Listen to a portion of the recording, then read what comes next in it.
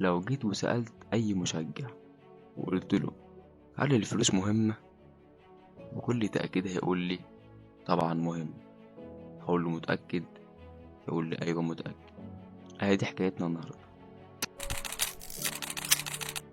حكاية أهم لاعب في تاريخ الزمالك، اللاعب المفضل لجماهير الزمالك وأفضل لاعب في تاريخ الزمالك.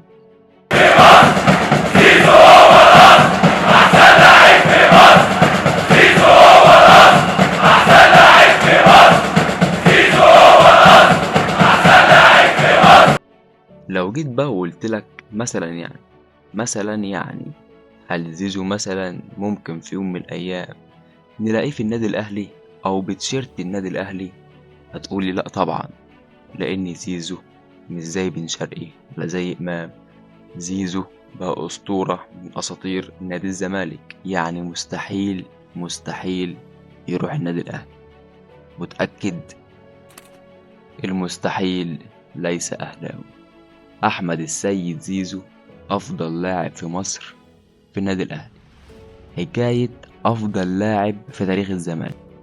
هيجي بقى السؤال بقى اللي كل الناس بتسأله، إيه اللي يخلي زيزو يعمل كده وتحول زيزو من لاعب كل جماهير الزمالك بتحبه، كل جماهير الزمالك بتهتف له كل ماتش، إلى لاعب كل الجماهير بتشتمه؟